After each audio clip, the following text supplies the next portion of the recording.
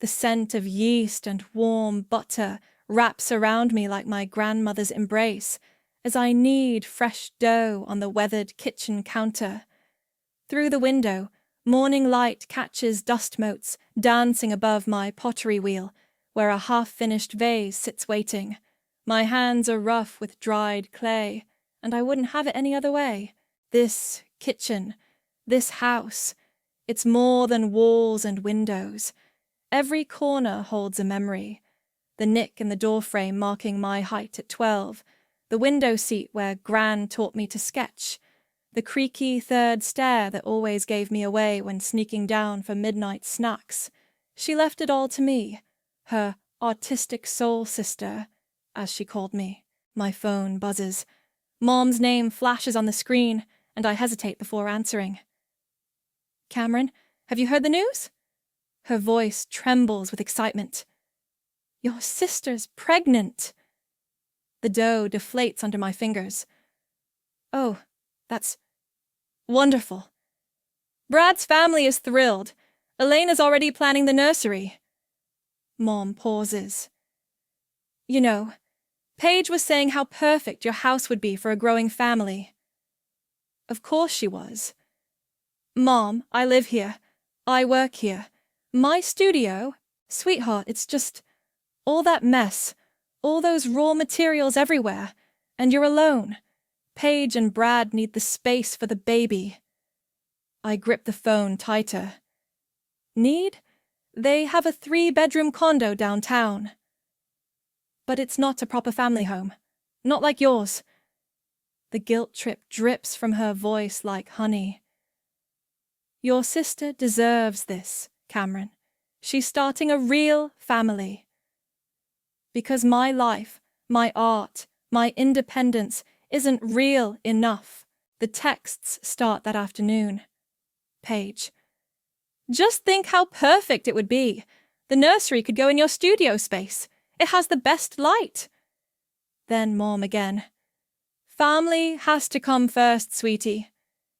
Even Brad's mother Elena calls, her voice silk smooth with calculated concern. "We just want what's best for the baby. Surely you understand." I retreat to my studio, where fresh ivy crawls through the window frame, twining around my collection of glazed pots. The space smells of earth and possibility. But now there's something else in the air, the sour tang of their expectations, their assumption that I'll fold like paper in the rain. The final blow comes at Sunday dinner. Paige perches at Mom's formal dining table, one manicured hand resting on her still flat stomach. "It just makes sense," she announces, as if we're discussing the weather. "You can find a cute apartment somewhere, something more appropriate for your lifestyle." "My lifestyle?" I set down my fork. "You mean the one where I run a successful pottery business from my home studio?"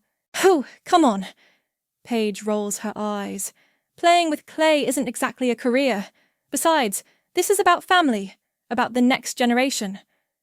Mom reaches across the table to pat my hand.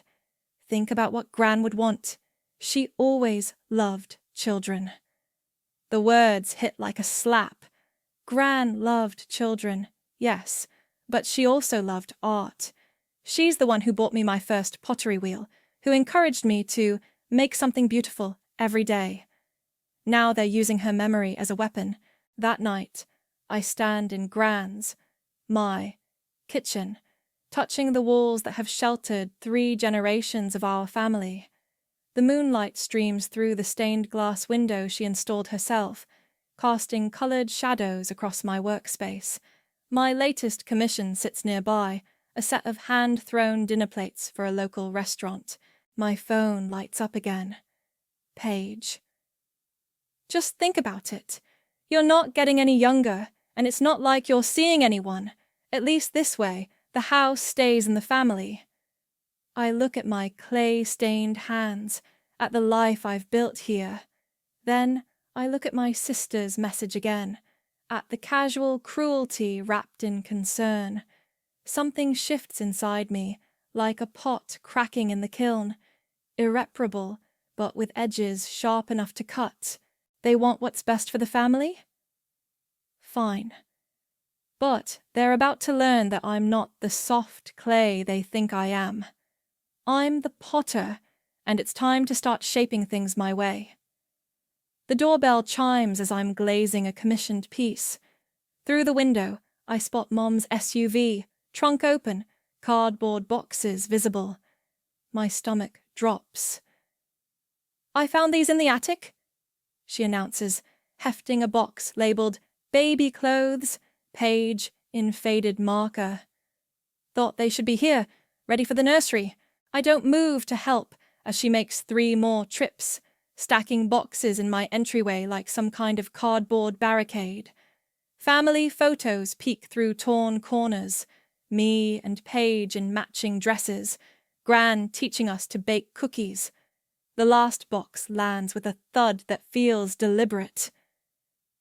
There's plenty of room in the garage for your craft supplies, Mom says, eyeing my pottery wheel. The studio really would make the perfect nursery. I run my fingers over the rough cardboard. These boxes need to go back to your house. Don't be difficult, Cameron. Your sister's coming for dinner tonight. Brad, too. We can all discuss the arrangements like adults. The word arrangements hits like a slap, as if it's already decided. That evening, silverware clinks against plates as Brad cuts into his steak. The market's incredible right now, he says. Perfect timing to sell our condo. You haven't even closed on it yet. I point out, stabbing a potato. Paige beams, running her hand over her stomach. We've had 3 offers already, above asking price. Her new engagement ring catches the light, a stunning blue-green stone that tugs at my memory. Beautiful ring, I say carefully. Is that Amazonite? Yes! Paige stretches out her hand. Brad had it custom made. Isn't he thoughtful? The stone's irregular pattern is distinctive, almost exactly like the Amazonite pieces I used to buy from Royal, that struggling artist who occupied so much of Paige's time before Brad came along. Royal, who made jewelry to supplement his painting income.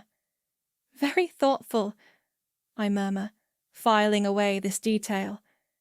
Dad clears his throat. About the house situation? There is no situation, I interrupt. This is my home. Don't be selfish, Mom snaps. Your sister needs a nursery with southern exposure? I push back my chair. Or just everything I have? Paige's eyes well up right on cue. I'm trying to create a family here, a real future, while you're just playing with mud and living in the past. That mud pays my mortgage. Barely, Mom interjects. And let's be honest, sweetheart, you're not getting any younger. No prospects on the horizon. At least this way, the house stays in the family. Brad sets down his fork. We'd pay you market value, of course. Elena's already spoken to some excellent realtors. Of course she has. Elena, with her country club membership and iron grip on her family's reputation. I wonder what she'd think about that Amazonite ring. I need some air. I stand up, hands shaking. Through the kitchen window, I can see those damn boxes Mom brought, waiting like siege engines. Cameron? Paige's voice turns syrupy sweet. Remember when we were little? How we always talked about raising our kids together? I remember you taking my things without asking. Some habits never change. The table falls silent. Mom's face hardens. That's enough. Your grandmother would be ashamed of your attitude. Something snaps inside me. Gran left this house to me. Not to perfect Paige with her perfect life and her perfect... I stop, that Amazonite ring glinting in my peripheral vision. You know what? Keep the boxes here. I'll need them eventually, right? Paige squeals, jumping up to hug me. I knew you'd understand. We can start planning the renovation right away. The pottery stuff can be cleared out by... I didn't say yes. I cut her off, stepping back. I said keep the boxes, for now. Later, after they've gone, I sit in my studio searching online for Royal's social media. His latest post shows a familiar Amazonite pendant. Custom work available. The timestamp? 2 months before Brad proposed. I save the post. Something's not adding up, and for once, I'm not going to let Paige smooth things over with tears and family guilt. She wants my house so badly? Fine. But first, I'm going to find out exactly what she's been building her perfect life on. The kiln's residual warmth seeps into my palms as I unload the morning's firing. Each piece emerges transformed, glossy, permanent, perfect. If only life were as predictable as ceramics, where following the rules guarantees results. My phone buzzes. Sasha, Paige's best friend since college, wants to meet for coffee. I almost decline, but something stops me. Sasha talks. A lot. And right now, information is currency. The cafe is crowded, but Sasha's wave catches my attention. Cameron, over here. She's already ordered for both of us. Chai latte, my usual. Sometimes I forget she knew me before becoming Paige's shadow. So, she stirs her drink. I heard about the house situation. Paige is over the moon. I haven't agreed to anything. Oh. She blinks. But she said, never mind. Hey, did you know Royal's back in town? He's doing this amazing exhibition downtown. My fingers tighten around my cup. Royal? Paige's ex? God, that whole thing was so intense. Remember how they were always fighting about money? Sasha leans forward. He's actually doing well now. His jewelry line is taking off. Jewelry? I keep my voice casual. Like that Amazonite piece Paige is wearing? Sasha freezes, spoon clinking against her cup. What Amazonite piece? Her engagement ring, the one Brad had custom made. Oh, right, the ring! Sasha's voice rises half an octave. It's gorgeous, isn't it? Almost as beautiful as your grandmother's old ring. Whatever happened to that? My throat tightens. Paige pawned it to cover her credit card debt. That's right. She was so upset about that. Sasha's eyes widen suddenly. Oh my God, I shouldn't have... I mean, ancient history, right? And Brad's so good to her now. I sit back, pieces clicking into place. Sasha, when exactly did Royal start selling jewelry? She shifts uncomfortably. I should go. I've got this thing. Sasha. She stands, gathering her purse. Really, I shouldn't say anything else. Paige would kill me. That evening, I drive to my parents' house, determination burning in my chest. Mom's at her book club. Perfect. Dad lets me in, distracted by a baseball game on TV. Just need to look for something in the attic. I call up the stairs. For a client reference. The attic air is thick with dust and memories. I find the jewelry box exactly where Gran always kept it. Behind her old hat box, wrapped in a silk scarf. Inside, tissue paper crackles as I unfold it, revealing old photographs of the ring. Gran wearing it at her 50th anniversary. Me trying it on at 16, the band too big, the Amazonite stone catching sunlight. The same distinctive stone now sitting on my sister's finger. My hands shake as I dial Brad's office number. Hi, it's Cameron. Quick question. Which jeweler did you use for Paige's engagement ring? I'm looking for something similar for a friend. Oh, papers shuffle in the background. Actually, Elena handled all that. Family jeweler, you know how it is. Right. Thanks anyway. One more call. Royal, this is Cameron, Paige's sister. We need to talk about a ring. Silence then. I can't discuss client work. Funny, because Brad claims he never commissioned you. A long pause. Look, I just sold it, okay? To Elena. She said it was a family piece they were having reset. My laugh sounds hollow. A family piece. Sure, I hang up, fury and vindication warring in my chest. The ring Paige pawned years ago, our grandmother's ring, somehow found its way to Royal's shop, where Eleanor, guardian of the Griffin family reputation, quietly purchased it. Now it's back on Paige's finger, wrapped in a convenient lie about custom designs and thoughtful fiancés. History repeating itself. Paige taking what she wants, breaking what she must, letting others clean up her mess. First Gran's ring, now my house. But this time, I'm not 16 anymore, watching helplessly as she pawns our heritage. This time, I'm the one holding the pieces, and I know exactly how to use them. I snap photos of the ring documentation, the old pictures, evidence. Then I call Walter, the family lawyer Gran always trusted. I need to discuss a property transfer, with some very specific conditions. Elena's backyard looks like a Pinterest board exploded. Pastel balloons bob in the summer breeze, while hand-lettered signs proclaim, "Welcome baby Griffin," in perfect calligraphy. The air is thick with floral perfume and performative excitement.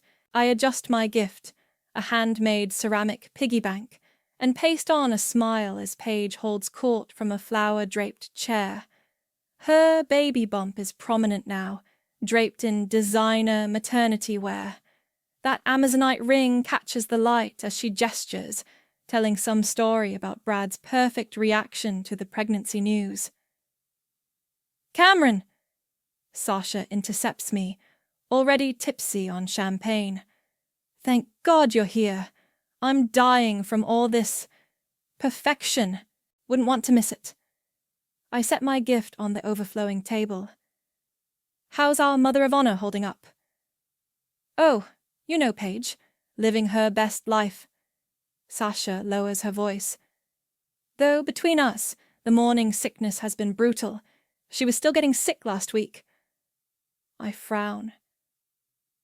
This late. Time for games. Elena's voice cuts through the chatter. She distributes pink cards with baby predictions printed at the top. "Everyone write down your guesses for weight, date, gender." Paige claps her hands. "Oh, I can help with one of those. We're planning for October 10th, right around Brad's birthday." I jot down the date, watching Elena's face. Something flickers there. Concern? Irritation? The afternoon drags on. I suffer through a onesie decorating station and watch Paige open endless gifts, cooing over each tiny outfit. The cake is cloyingly sweet, sticking in my throat. "Excuse me," I murmur, heading inside for water. Elena's pristine kitchen is blessedly empty until I hear voices in the adjacent dining room. "Scheduled the C-section for September 15th, Elena's saying. "Dr. Marshall insisted, given the complications." "A month early," a cousin's voice replies. "Is everything okay?" "Just being cautious, though I wish she'd stop telling everyone October. It's important to manage expectations." My hands grip the counter. September 15th, not October 10th. 4 weeks difference that suddenly explains so much. I think back to January when Paige announced she was completely done with Royal. "He's not ambitious enough," she'd declared over Sunday dinner. "Besides, I have Brad now." But I'd seen her car outside Royal's studio the following week. She'd claimed she was just returning his things. Now I calculate, January to September, exactly 8 months. The metallic taste of adrenaline floods my mouth. I pull out my phone, hands shaking, and check Royal's social media. There, a post from January 20th. Sometimes letting go is the hardest art of all. The ring he'd made for Paige gleaming in the photo. 3 days later, she'd announced she was dating Brad. Cameron? Paige appears in the doorway, radiant in her pale blue dress. We're opening your gift next. I look at my sister. Really look at her. The careful makeup, the practiced smile, the way she touches her stomach like she's reminding herself it's there. How many lies is she juggling? How many people's lives is she reshaping to fit her perfect narrative? Coming, I say, my voice steady. Wouldn't want to miss it. Back outside, I watch her unwrap the piggy bank. Oh, how crafty, she manages, setting it aside quickly. For the baby's future, I say sweetly, since family legacy is so important to you. She catches my tone, eyes narrowing slightly, but Elena's already pushing another gift into her hands, and the moment passes. I stay until the end, helping stack gift bags and collecting discarded ribbon. Elena supervises, ever the perfect hostess. Thank you for coming, she says stiffly, and for being reasonable about the house situation. I think about the meeting scheduled with Walter tomorrow, about the trust document he's drafting, about how carefully Paige has constructed this house of cards with its October due dates and custom rings and convenient timelines. Of course, I reply, watching Paige pose for photos with her hand curved protectively over her stomach. After all, family comes first, right? The cake sits like lead in my stomach as I drive home. But it's not the sugar making me sick. It's the certainty of what I have to do next. Paige wants my house for her perfect family? Fine. But first, she'll have to prove exactly whose family she's creating. Sleep won't come. The digital clock blinks 2:17 a.m. as I head to my studio, drawn by the familiar scent of the cooling kiln. My hands find clay in the darkness, muscle memory taking over as I work it between my palms. The wet clay centers perfectly on the wheel, but my thoughts spiral outward. 2 due dates. 1 ring with too many owners. A sister who spent her whole life taking what she wants. Consequences be damned. My laptop glows in the corner. Browser tabs open to legal websites. Terms jump out at me. Conditional transfer. Trust beneficiary. DNA verification. The clay wobbles as my hands shake. Dawn creeps in through the windows, painting my failed attempts in grey light. Misshapen bowls litter the workspace, each one a testament to my sleepless rage. My phone shows 7:30 a.m. Early, but not too early. Walter, it's Cameron. I need to see you. Today. His office smells of leather and old books. Everything exactly as it was when Gran used to bring me here. Walter hasn't changed either. Same bow tie, same careful way of listening. A trust, he repeats, tapping his pen against his legal pad, rather than a direct transfer. Yes. I smooth my skirt, hiding clay-stained fingers. I want the house to go to Paige's baby, but only if... My throat tightens. Only if there's proof the child is truly part of Gran's bloodline.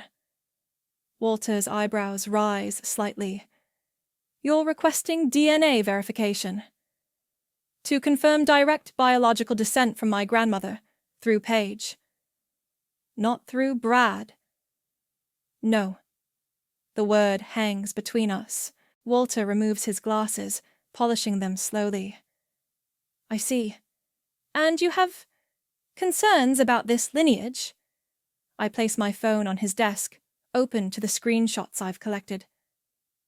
October 10th, Due date announced publicly. September 15th, C-section scheduled privately. Royal's social media posts from January. The ring's history. He examines each piece of evidence, face neutral. This could destroy your sister's marriage, her reputation. She's destroying my life, taking my home, using Gran's memory, her ring, to build this perfect lie. The trust would be irrevocable, he warns. Once executed, you can't change the terms. Good. I lean forward. I want it airtight. The house goes into trust immediately. Paige can live there, but full ownership transfers only when the baby's paternity is confirmed through DNA testing, if she refuses the test, or if the results show. I swallow hard. If Brad isn't the father, the house reverts to me. Walter begins typing, keyboard clicking like pottery shards being swept up. There will be questions. From your family. From Brad's mother. Let them ask. I think of Elena, so careful with her family's reputation. Of Brad, proudly showing ultrasound photos at dinner. Of my mother, who always believed Paige's version of every story. The papers emerge from his printer, stark black text on white. Legal language transforms my revenge into something clean, professional, clinical. My signature looks strange at the bottom, like someone else wrote it. I'll file these today, Walter says, sliding the trust documents into a folder.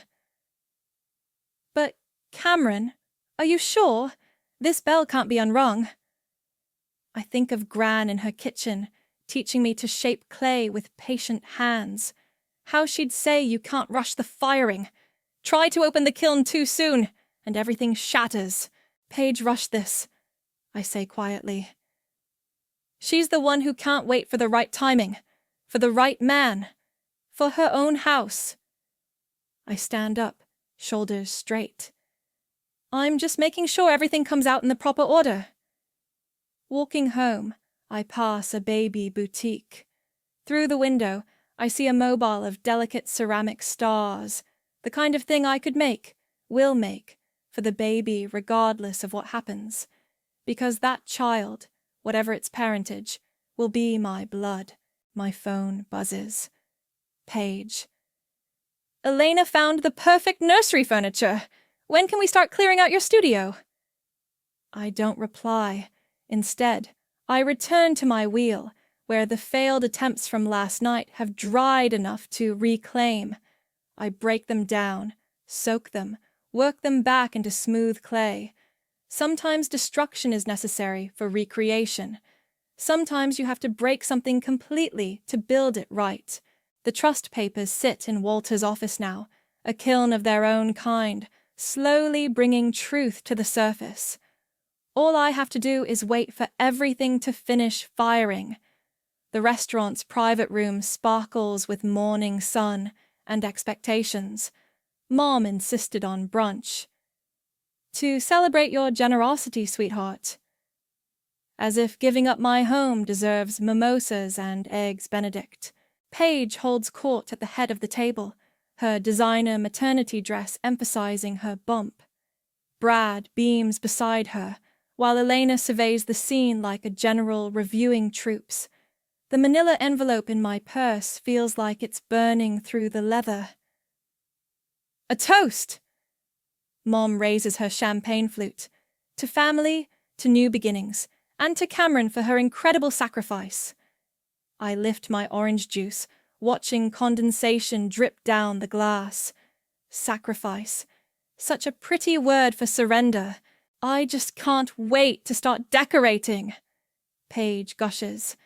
Elena found this amazing interior designer who specializes in nurseries. She did all these celebrity homes in Beverly Hills. The waiter arrives with our food.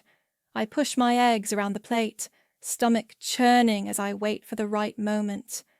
Elena catches my eye, her smile sharp as cut crystal. Cameron, dear, you've been so quiet. Aren't you excited to help your sister settle in? I reach for my purse. Actually, I have something for that. The envelope makes a soft sound as it lands on the white tablecloth. Paige's perfectly manicured hands reach for it, that Amazonite ring, Gran's ring, catching the light. The deed and trust documents, I explain, my voice steady. All signed and notarized. Brad frowns slightly. Trust documents? Just standard legal framework, I say smoothly. Walter helped arrange everything. Walter? Mom's fork pauses halfway to her mouth. Why involve him? Because family property should be handled properly. I force a smile. Everything's there in black and white. The house goes into trust for the baby. Paige is already sliding papers out, but her eyes skip over the dense text. Oh my God! I can't believe this is really happening. Brad, baby, we should call the contractor today about that wall in the studio. Congratulations.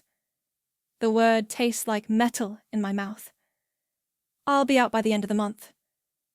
We'll help you pack, Mom offers, relief evident in her voice. There's a lovely apartment complex near the shopping center. I've found a place. I haven't, but the lie comes easily. Near the arts district. Elena reaches for the papers, her reading glasses appearing from nowhere. Perhaps we should have our lawyers review. It's done. I cut in. Filed this morning. The house is in trust for Paige's baby. Brad raises his mimosa. To new beginnings, then, and to family. The glasses clink, sharp and final. Paige dabs at her eyes with her napkin. You have no idea what this means to me, Cameron. Starting our family in that house, raising the baby where we grew up. I watch her hand drift to her stomach, calculating dates again in my head. September 15th. Not October 10th. The truth curled up in legal language, waiting like a time bomb. Well, Elena stands, smoothing her silk blouse. We should celebrate properly. Bradley, dear, why don't you order another bottle of champagne? For those of us who can partake, of course. Mom squeezes my hand under the table. I'm proud of you, sweetheart. You did the right thing. Did I? I look around the table, at Brad's innocent joy, at Elena's calculating gaze, at Paige's triumphant smile. How many lives will shatter when the trust's conditions come to light? I should go, I say, standing. Packing to do. But we haven't had dessert, Paige protests. They have this amazing crème brûlée. Another time. I gather my purse, the absence of the envelope making it feel strangely light.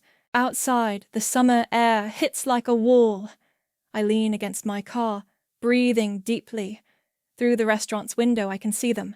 Paige showing the deed to Brad, Elena reaching for it with manicured fingers, Mom wiping happy tears.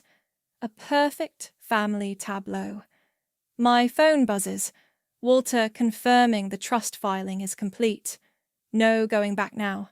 In a few months, that perfect picture will shatter like a dropped plate. And unlike pottery, some things can't be rebuilt once they break. I start my car, hands steady on the wheel. Let them celebrate. Let them plan nurseries and renovations. The truth will fire in its own time, and I've finally learned to wait. The maternity ward waiting room reeks of antiseptic and stale coffee. I grip my paper cup, watching steam spiral up as voices drift from the nurse's station. Emergency C-section, blood pressure concerns. Mom paces, checking her phone. September 15th, right on schedule. Though Paige told everyone October. Funny how that works, I murmur. Brad bursts through the double doors, still in surgical scrubs. It's a boy. 7 pounds, 4 ounces. Paige is in recovery. Elena appears behind him, perfect makeup unchanged despite the early hour. "Bradley, dear, there's someone here from Walter's office. Something about the house trust?" A man in a charcoal suit steps forward, briefcase in hand. "Just some routine paperwork regarding the property transfer. Standard DNA verification for the trust beneficiary." "DNA?" Brad's smile falters. "What for?" "The trust requires confirmation of direct lineage from the original property owner," the lawyer explains. "Ms. Roberts's grandmother." Elena's cologne, something expensive and suffocating, fills the air as she moves closer. "Surely that's not necessary. The baby is clearly... It's non-negotiable." I cut in. "The trust terms are explicit." Brad's face clouds. "Paige never mentioned this." "It was in the paperwork she signed." The lawyer says, "Page 3, paragraph 4. The recovery room door opens. A nurse beckons Brad inside. Through the gap, I catch a glimpse of Paige, pale against white sheets, the baby bundled against her chest. Time moves like cold honey. The lawyer explains procedures. Consent forms appear. Brad's confusion deepens into concern. Elena's phone calls become increasingly urgent. "Just a simple cheek swab," the nurse explains, emerging with samples. "Results in a few hours." I sit, stand, pace, watch the clock tick past noon, past 2, past 4. The baby sleeps in the nursery while Paige dozes, pain medication dulling her usual sharp edges. At 4:47, the lawyer returns. His face gives nothing away as he hands Brad an envelope. The paper tears. Silence follows. Then, "This is wrong." Brad's voice cracks. "Run it again." "The results are conclusive," the lawyer says quietly.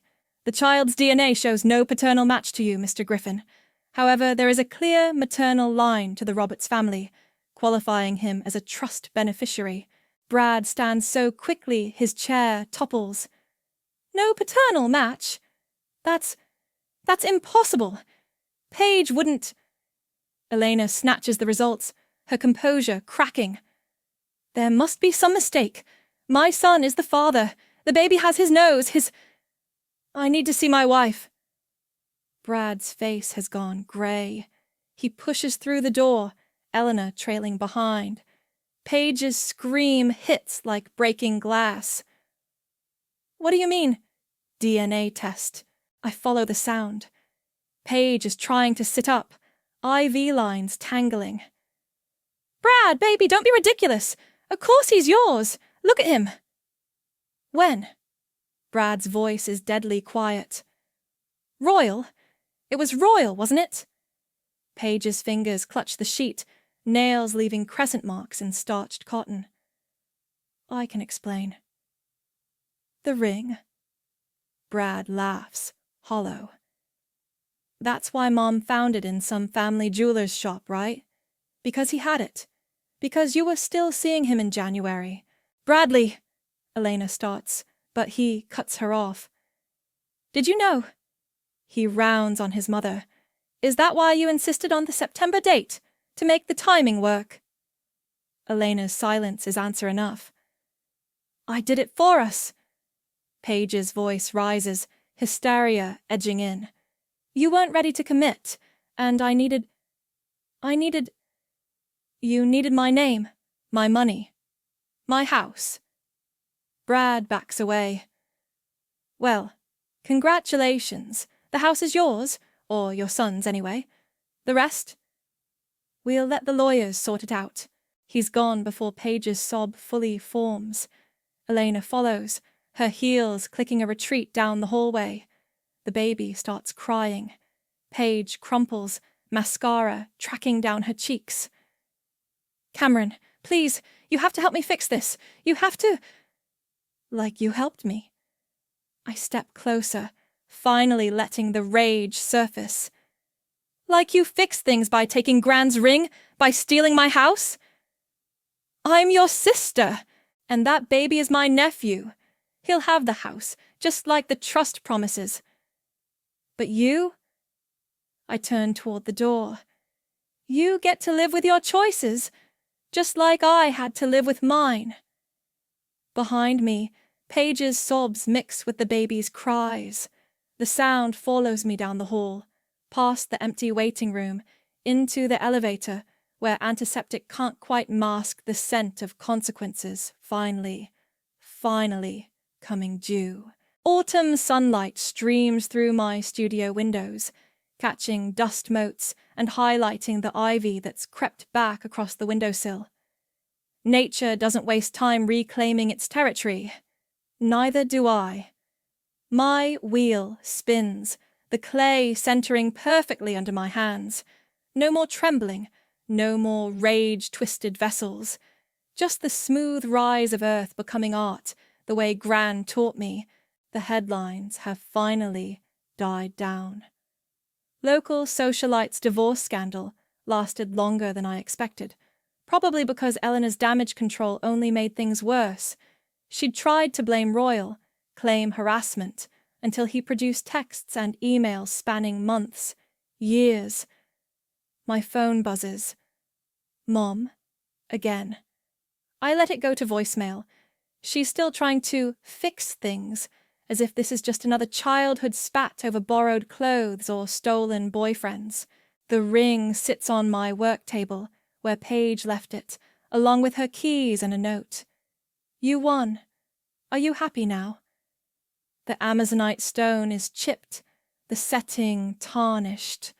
Like the truth, it wasn't nearly as perfect up close. Wet clay slides between my fingers as I pull up the walls of a vase. Through the window, I can see the moving truck at Brad's parents' house. Elena's leaving town. Something about a needed change of scenery.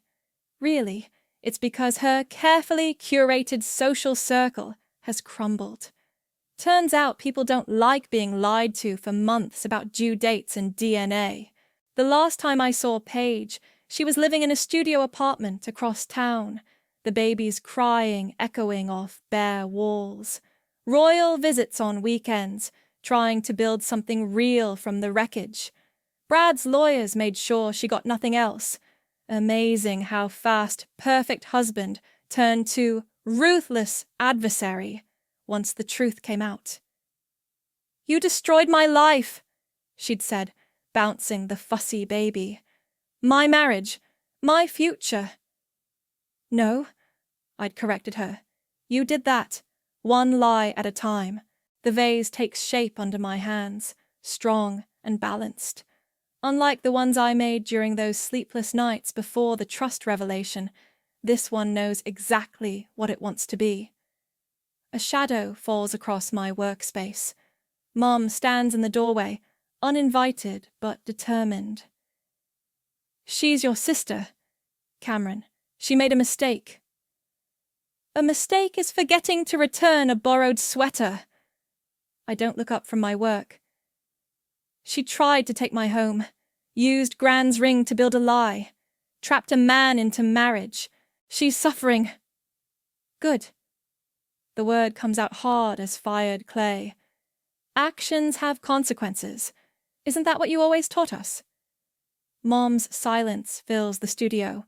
Finally, the baby's beautiful. Your nephew.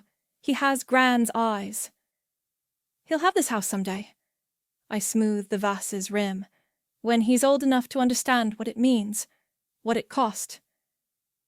And until then, you'll just keep punishing her? I stop the wheel, look up at last. I'm not punishing anyone. I'm living my life in my home, making my art, the way I always wanted to, the way Gran meant me to. She leaves without another word.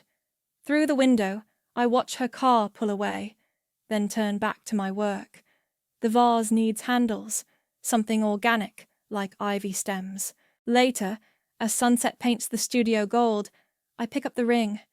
Its weight is familiar, though the stone's scratched surface catches light differently now. I think about Royal's hands shaping it, Paige's fingers wearing it, Brad's face when he learned its history. The ivy rustles against the window screen, reaching for warmth. I've always loved how it grows, patient, inevitable, finding every crack and turning it into an anchor, like truth, like consequences, like justice. I open Gran's old jewelry box, nestle the ring inside. Maybe someday I'll have it restored, pass it down to my nephew when he's old enough to know its story. Or maybe I'll keep it as it is, imperfect and honest at last. My hands return to the clay, shaping something new from raw earth. Outside, the ivy climbs higher, reclaiming its place one tendril at a time. Inside, I build vessels strong enough to hold whatever comes next. This is my legacy now. Not just the house, but the right to fill it with truth, with art, with life on my own terms. No one can take that from me again. I've made sure of it.